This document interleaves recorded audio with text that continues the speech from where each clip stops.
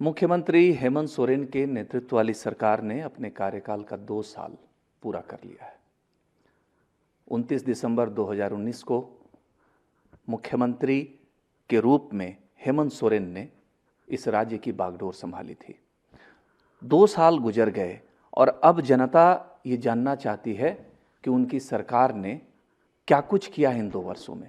हालांकि मैं एक बात बता दूं कि ये जो 2 साल रहा, ये कोविड के कारण एक अलग तरीके से चुनौतियों भरा रहा, इसलिए इसको उसी अंदाज में देखने की भी जरूरत होगी। इस वक्त हमारे साथ झारखंड के मुख्यमंत्री हेमंत सोरेन जी हैं। इनसे हम पहला सवाल सर आपसे ये जानना चाहेंगे, पहले शुभकामनाओं के साथ, कि 2 वर्ष निकल गए, आप अपने कामकाज का आकलन खुद कैसे कर रहे हैं? जैसे कि आपने पहले ही कहा कि कोविड के कारण ये 2 साल कई मायने में चुनौती भरा रहा और मैं नहीं बल्कि पूरी दुनिया थम सी गई थी। लेकिन ये 2 सालों में भी हम लोगों ने चैन की सांस नहीं ली। नित नए विचार, नई सोच, नई कार्य योजना राज्य के लिए। चूँकि झारखंड प्रदेश पिछड़े प्रदेशों में से एक है। यहाँ मजदूर, किसान, जहाँ 80% लोग गांव में रहते हैं, उनके बारे में। और इसी मेहनत का एक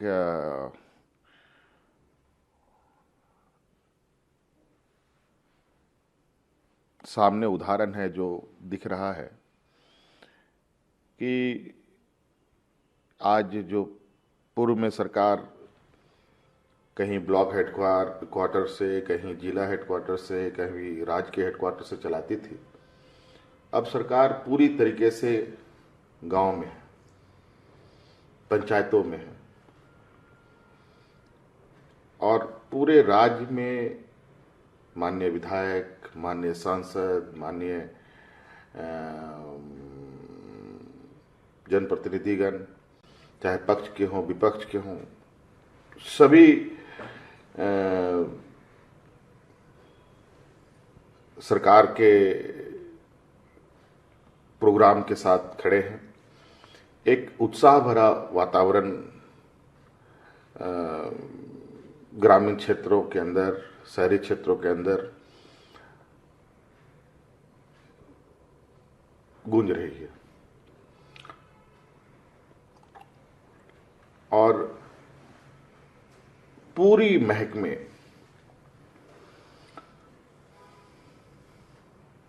मतलब हर वो चीज अब लोगों के रीच पर है, लोगों के पहुंच तक है, जो वो कभी सपना नहीं देखते थे। और आज यही नतीजा है कि जहां आज विगत 15 नवंबर जब हमारा स्थापना दिवस था, उस समय से सरकार की पूरी मशीनरीज गांव में है। इस दौरान लगभग 30-35 लाख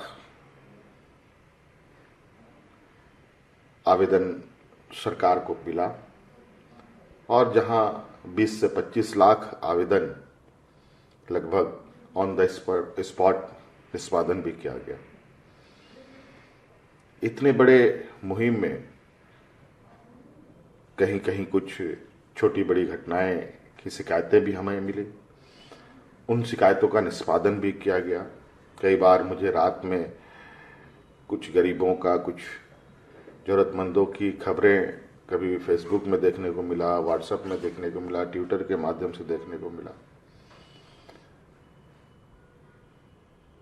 और जिस वक्त हमें मिलता है उसके 1 घंटे के अंदर उस समस्या का समाधान भी होता है, चाहे रात के 1 बज रहा हो, चाहे 2 बज रहा हो।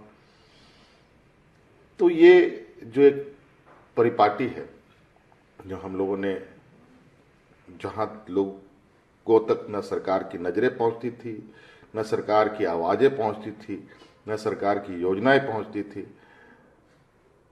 क्योंकि झारखंड का जो भौगोलिक ये है बनावट है वो ऐसा है कि बहुत सारी चीज़ें कई कारणों से नहीं भी पहुंच पाती थी और कागजों में ही चीज रहती थी। आखिर सरकार तो राज्य के लोगों के लिए बनी है। अगर सरकार जो योजना बनाती है उन योजनाओं की जानकारी ही लोगों को ना मिले तो वो वैसे योजना बनाने की जरूरत भी नहीं है, आवश्यकता भी नहीं है और नुकसान भी है। आज लगभग सरकार जो 2-4 महीने से थोड़ा इधर उधर मूवमेंट करने के लिए प्रयास कर रही है और इधर उधर कुछ हलचलें भी होने लगी हैं। इस वैश्विक महामारी भी साथ साथ चल रहा है। इन सब को ध्यान में रखते हुए चूंकि हमें ये बहुत ही मतलब कहा जाए कि उसको हमको ध्यान पूर्वक देखना पड़ता है कि जहाँ मजदूर, किसान, जरूरतमंद, गरीब, पिछड़ा लोग हो तो उनके बारे में उनको राहत पहुंचाने के लिए उनको आज के इस समय में कैसे वो सरवाइव करें, उनको आज हम लोगों ने हर अलग अलग वर्ग, अलग अलग प्लेटफॉर्म, चाहे वो नौजवान हो, बूढ़ा बुजुर्ग हो, महिला हो या पढ़ा लिखा नौजवान हो या ग्रामीण क्षेत्र का नौजवान हो, सब के लिए अलग अलग तरीके से जो जिस लेवल पे लोग हैं हम लोग उस लेवल में जाकर के उन लोगों के साथ जमीन में बैठकर उनकी भावनाओं के साथ, उनकी मनस्थिति के साथ अपनी चीज़ों को मैच करा करके उनको हम लोग अपने साथ और सरकार के से मदद और सरकार का सहयोग उनको मिल रहा है। आज आप देखते होंगे कि मंत्री, विधायक, जनप्रतिनिधि कहीं ट्रैक्टरों से, कहीं बैलगाड़ी से, कहीं और संसाधनों से पहुंच करके लोगों से संपर्क कर रहे हैं कि सरकार आपके द्वार, जो समस्या है आप हमें बताएं। सर, सरकार आपके द्वार जो आपने मुहिम शुरू किया, एक पत्रकार के नाते हम लोग भी कई जगह गए और हम लोगों ने इस चीज़ को महसूस भी किया और लोगों में एक रिस्पॉन्स भी देख रहे हैं। सोशल सिक्योरिटी के पैरामीटर पर आपने एक यूनिवर्सल पेंशन स्कीम जो लाया, एक तरफ आप कहते हैं कि हमारे पास 2 वर्ष पहले खाली खजाना मिला था और दूसरी तरफ आप पूरे राज्य के बुजुर्गों को सोशल सिक्योरिटी देने का आपने एक तरीके से अभियान छेड़ दिया। तमाम दिव्यांगों को चिन्हित करके पेंशन देने का आपने अभियान छेड़ दिया। तमाम विधवाओं को, परित्यागता को। इतना बड़ा डिसीजन कोई सरकार, मतलब आप एक तो कैसे ये डिसीजन लिए और ये रेवेन्यू मॉडल कहां से आप खड़ा करेंगे, कैसे करेंगे, ये तो बहुत बड़ी चुनौती है। देखिए, ये निर्णय हमने मन में 2013-14 में ही ले लिया था, क्योंकि यहाँ की हालात को जितना करीब से हमने महसूस किया है वो मेरे लिए बहुत बड़ा चैलेंज था कि कैसे लोगों को हम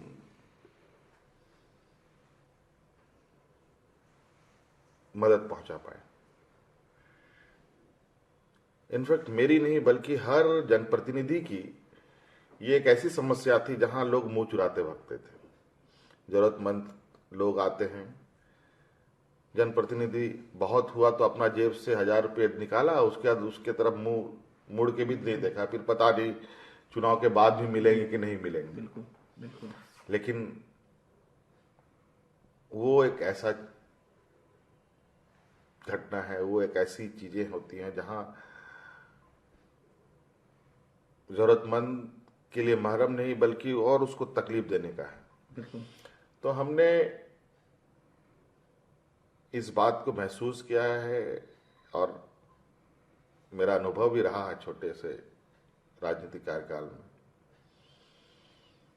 कि जिस राज्य में लोगों को तन ढकने का कपड़ा ना हो, जिस शहर में, जिस राज्य में लोगों को 2 वक्त का अनाज ना मिले, जिस राज्य में लोगों को इलाज के लिए छोटा सा दवा खरीदने के लिए पैसा ना मिले,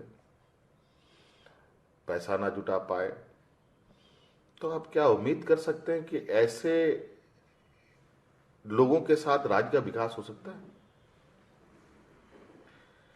ये उन लोगों के लिए इतनी बड़ी मानसिक प्रताड़ना है कि जो भी इस बात को कहता है कि हम राज्य को यहां ले जाएंगे, वहां ले जाएंगे, वो बकवास बात है, मेरा यह मानना है। तो हमने इस चीज को जब समझने का कोशिश किया, प्रयास किया कि जब तक लोगों के चेहरे में एक मुस्कान, उसके सोच में जब तक एक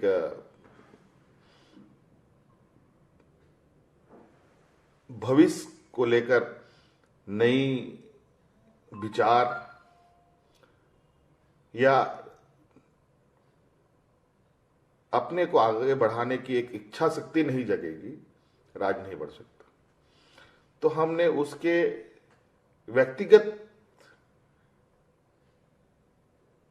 कुछ समस्याओं का समाधान निकालने का कोशिश किया। मैं नहीं कह सकता कि पूरी की पूरी समस्या का समाधान मैं उनका कर पाया हूं या कर पाऊंगा, हाँ, लेकिन एक उनकी जो बड़ी चिंता थी, वो उस चिंता को हमने घटाने का प्रयास किया और हमारा अभी फोकस भी बेनिफिशियरी ओरिएंटेड स्कीम को लेकर ज्यादा चिंता है। आप और वैसे भी स्कीमें चल रही हैं, लेकिन सारी स्कीम कहीं ना कहीं बीच मझधार में अटकती हुई दिखती है, लोगों को सही तरीके से मिल नहीं पाता। उन सब को रीऑर्गेनाइज तरीके से करते हुए आज सीधे उनके दरवाजे पर, जहां बिचौलियों का एक बड़ा जमात था, अब यूनिवर्सल पेंशन स्कीम, सरोजन पेंशन स्कीम से अब कौन दलाल बीच में घुसेगा? ये तो अब लेने वाला का भी अपना राइट हो गया और देने वाले की भी अपनी स्वतंत्रता हो गई।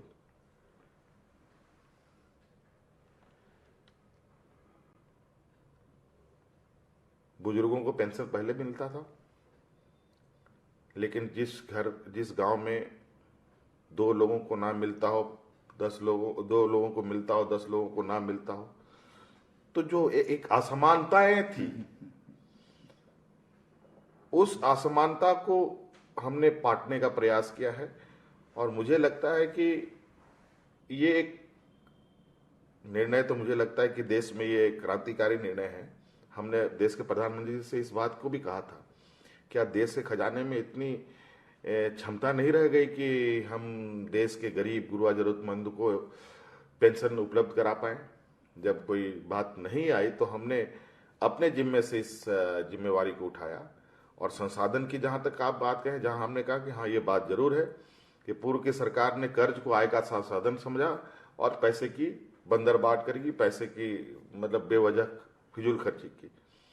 हमने संसाधनों का प्रबंधन करते हुए, बेहतर करते हुए 20 सालों में पहली बार हमारी सरकार ने सरकार के रेवेन्यू में नए रिसोर्सेस ढूंढकर रिसोर्स बढ़ाने का काम किया।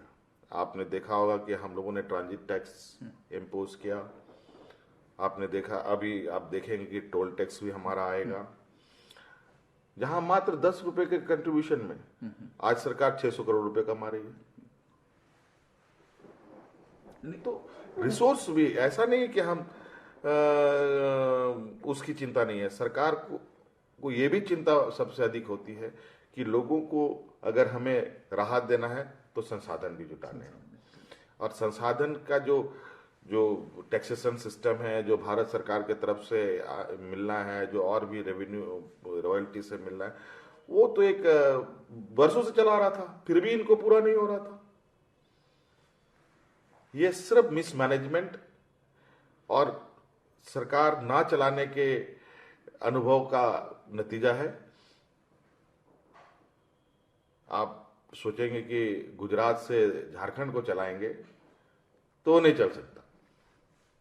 झारखंड से ही चल सकता है। झारखंड से ही चल सकता है। सर, एक जब आपसे बात होगी तो जाहिर सी बात है कि विपक्ष जो आप पर हमले करता है, पिछले 2 वर्षों से जब से आप आए हैं, अभी हवन हो रहा है बीजेपी की तरफ से, आपकी खामियां जो गिनाई जा रही हैं, तो बीजेपी का कहना है कि सरकार अपने बजट में जो राशि है वो मुकम्मल तरीके से खर्च नहीं कर पाई है, अपराध बढ़ा है, जो विपक्ष का कहना है।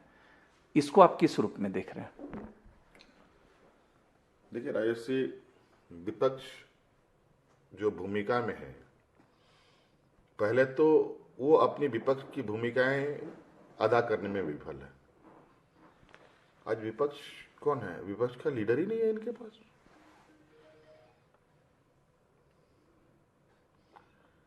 और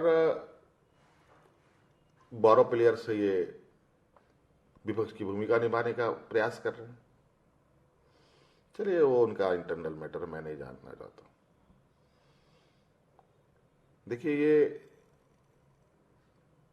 ऐसे लोग हैं जहां अपने बौद्धिक क्षमता का उपयोग करते हुए गरीब, आदिवासी, दलित, पिछड़ा, अल्पसंख्यक का शोषण करते हैं।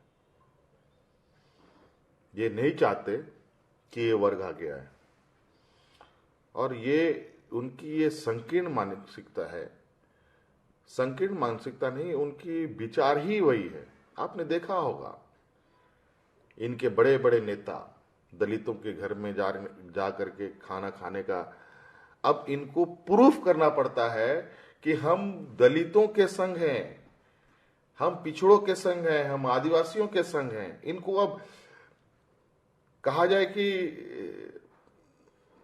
अगर ऐसा, हमें क्यों नहीं जरूरत पड़ता है कि हम दलित के यहाँ जाके खाएं, हमें आदिवासी के यहाँ जाए, हम अगड़ा के जाए, यहाँ पिछड़ा के यहाँ जाए, हमें क्यों नहीं जरूरत पड़ता? इनको क्यों जरूरत पड़ता है? और ये जाते भी हैं तो इनकी मनसा में जो अंदर में जो इनका जो छुपा एक संकीर्ण सोच, वो आपको दिखता होगा। पता चले कि दलित के यहाँ गए तो सही, लेकिन खाना आ रहा है कहीं बाहर होटल से, यहां तक कि नमक भी लाते हैं दूसरे जगहों से ही, तो अखबारों में, टीवी में और सोशल मीडिया में उड़ता रहता है। और ये हमें हवन करेंगे, लोगों में जहर डालिए, तो मास्टर है। समाज के बीच में जहर कैसे पेनिट्रेट किया जाता है, ये इसमें ये डिग्री प्राप्त होल्ड है पूरी जमात है।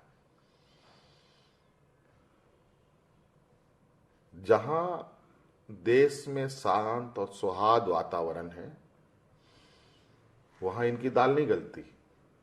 जहां लोग लड़ते हैं, कटते हैं, मरते हैं, यहां इनकी रोटी बहुत जल्दी पक जाती है। और आग लगाने में इससे आगे देश में कोई नहीं। एक सर सवाल, आपने कहा कि ये समाज में जहर डालते हैं, जो आप मुख्य विपक्षी पार्टी के बारे में बोल रहे हैं। झारखंड का एक मुद्दा, 2 मुद्दा जो रहा, जो राष्ट्रीय स्तर पर बहुत चर्चा में रहा, एक नमाज कक्ष का मामला था, और दूसरा मॉब लिंचिंग पे कानून बनाने वाली सरकार। ये चौथी सरकार पूरे देश में ये बनी। इसको तुष्टीकरण की संज्ञा देता है विपक्ष। आप बताएं कि ये बिल लाने की नौबत क्यों पड़ी? ये मॉब लिंचिंग प्रिवेंशन बिल लाने की आपको नौबत क्यों पड़ी? देखिए राजेश जी, मॉब लिंचिंग कानून तो कानून है।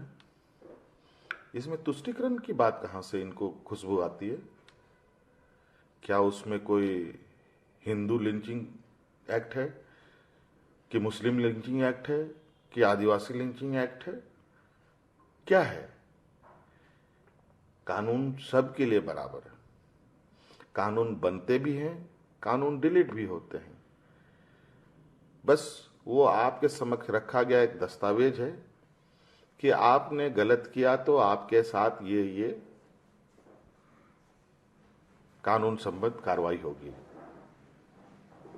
आप कीजिएगा तो कानून चलेगा आपको पकड़ने, नहीं कीजिएगा तो कानून कागज में बंद रहेगा। आपको डर किस बात का? मतलब आज कुछ करने जा रहे हैं या आप कुछ करना चाहते हैं, इसका मतलब इस कानून से इनके मंसूबे में पानी फिरेगा, अगर उनको ये शंका है तो। ये तुष्टीकरण कहां से हो गया?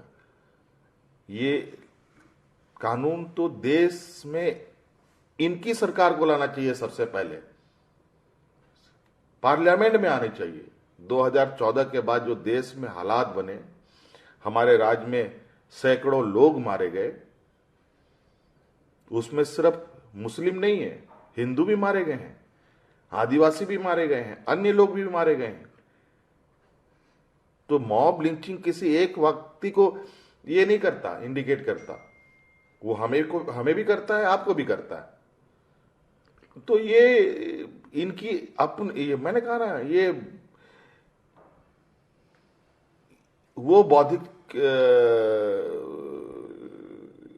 गुण प्राप्त लोग हैं जहां बातों को कैसे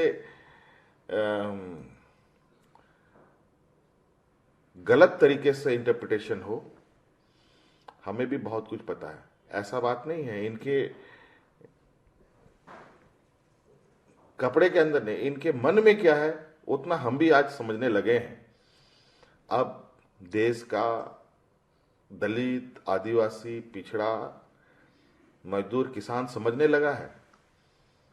अभी तो हाल में किसानों ने इनको एक बड़ा झटका दिया है। अभी वही तो मैंने कहा कि ये जहां लोग इनके बहकाव में आते हैं, वहां इनकी थोड़ी रोटी पक जाती है। जहां नहीं आते हैं, इनको अच्छी खासी उनको झटके भी मिलते हैं। सर, दो बहुत छोटे सवाल हैं राष्ट्रीय परिप्रेक्ष्य में। मैं आपसे जानना चाहूँगा कि केंद्र सरकार ने बेटियों की शादी की उम्र सीमा 18 से 21 करने की बात की है। झारखंड में जो यहाँ का सामाजिक ताना बाना है, बाल विवाह की खबरें आती रहती हैं, कानून अपना काम करता हुआ अपनी जगह पे है। आप केंद्र सरकार के इस फैसले को किस रूप में देखते हैं? देखिए, भारतीय जनता पार्टी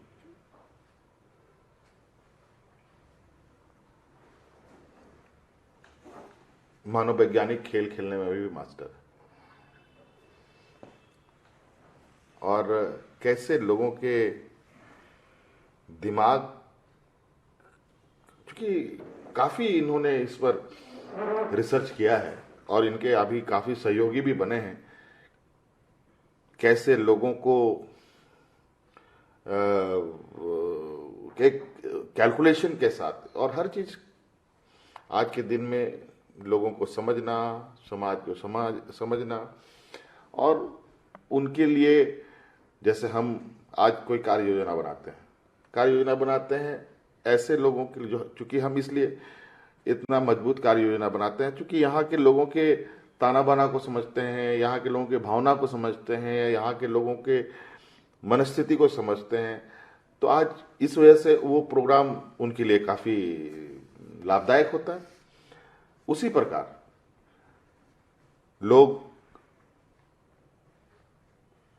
किन चीजों से उनके जो षड्यंत्र को समझ ना पाए, समय समय पर कुछ देश के सामने, दुनिया के सामने रखते हैं। मुझे बताइए, पहले 14 था, फिर 18 हुआ, अब 21 होगा, आगे भी कुछ होगा क्या? आगे मुझे लगता है कि 30-35 साल होगा क्या? मतलब आज के दिन में आपके यहाँ, हमारे यहाँ, कोई सम्राट परिवार के यहाँ जो पढ़े लिखे परिवार है, वहां तो आज के दिन में भी 20-22 साल में ही शादी होती है। अब क्या शो करना चाहते हैं? डंडे की चोट पर आप देश को चलाएंगे? कानून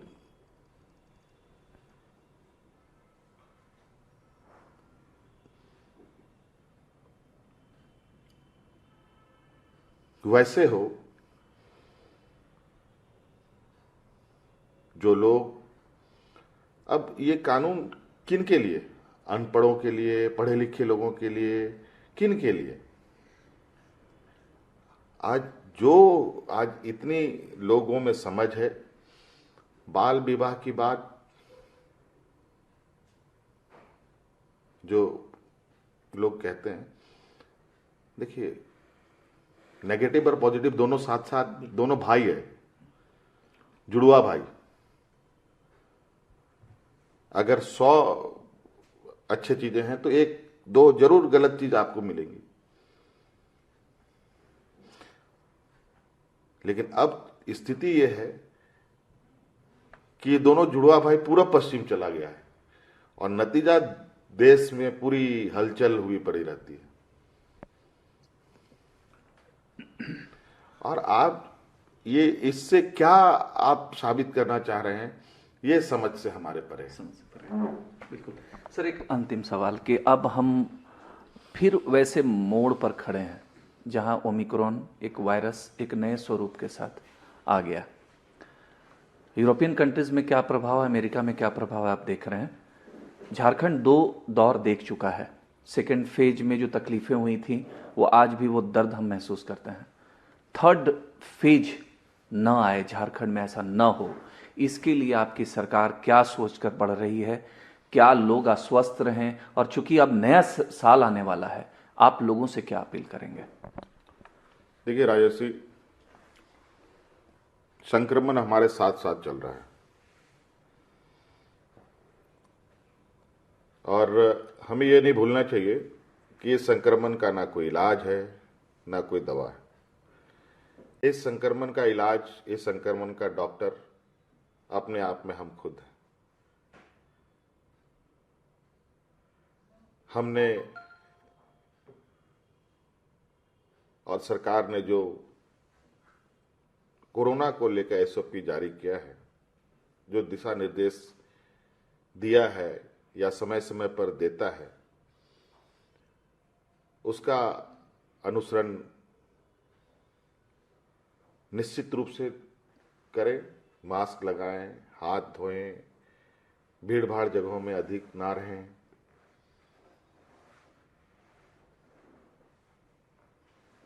और खुद को भी सुरक्षित रखें, परिवार को भी सुरक्षित रखें और पूरी राज्य को सुरक्षित रखें।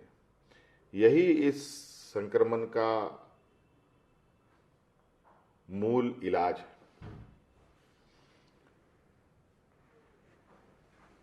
सावधानी हटी, दुर्घटना घटी। थैंक यू मुख्यमंत्री जी, आपने ETV भारत को वक्त दिया। सरकार 2 साल पूरे कर चुकी है और अभी लंबा सफ़र तय करना है। इन्होंने अपना एक तरीके से विजन भी बताया।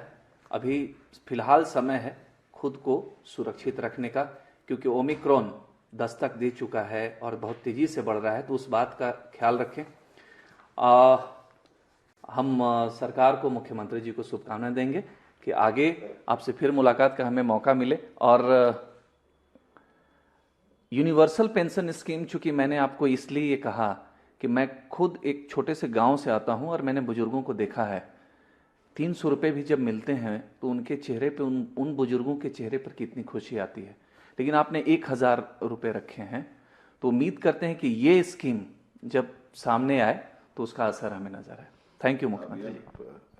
अभी तो मात्र 4-6 महीने के हिलडुल में इतनी चीजें आए, अभी थोड़ी सी और बढ़ेंगे तो आप देखेंगे कि क्या क्या चीजें जो हमारे जहन में है और लोगों को पहुंचाने हैं। अभी यूनिवर्सल स्कीम गरीब गुरबा जरूरतमंद के लिए, अभी होनहार बच्चों के लिए फॉरेन स्कॉलरशिप। ये देश में हमारे कई निर्णय इस बार ऐसे हैं जो अनमैच्ड हैं, और ऐसा नहीं है। अगर हम बजटीय प्रावधान को देखेंगे तो बहुत बड़ा, हम उसमें कोई, मुझे इसमें कर्ज लेने की आवश्यकता नहीं है, हम अपने संसाधन से चीजों को जुटा ले रहे हैं। तो ऐसे कई चीजें हैं, और हमें पूर्ण विश्वास है जो लक्ष्य लेके हम चल रहे हैं और जिस रास्ते पर एक राज्य को दिशा देने का प्रयास है, वो हमारी आने वाली कई पीढ़ियों तक इसको देखेगी, इसका लाभ लेगी। हम कोई भी चीजें काम या योजना बना रहे हैं तो ये योजना क्षणिक भर का नहीं है, ये योजना लॉन्ग टर्म प्लान हमारी हो रही है। और चाहे इंडस्ट्री के क्षेत्र में भी आप देखेंगे, हम को लोगों ने बहुत लुभावने सपने दिखाए हैं, लेकिन मैं उन सपनों पर नहीं जीता, मैं हकीकत में जीता हूं। मुझे पता चला कि इतने इन्वेस्टमेंट का आश्वासन मिला है, हम बोले छोड़ दो, इन्वेस्टमेंट पहले होने दो, और इन्वेस्टमेंट हो रहा है। Thank you sir. देखिए, थोड़े से समय में एक सरकार की योजना, उसकी दूरदर्शिता के बारे में पूरी बात कर लेना ये संभव नहीं है, लेकिन मैंने कोशिश की कि जनता के बीच जो बेसिक सवाल हैं वो मुख्यमंत्री से पूछें, और मुख्यमंत्री ने इसका जवाब भी दिया। अब आपको तय करना है कि मुख्यमंत्री के जवाब में कितना दम है। राजेश कुमार सिंह, ATV भारत, रांची।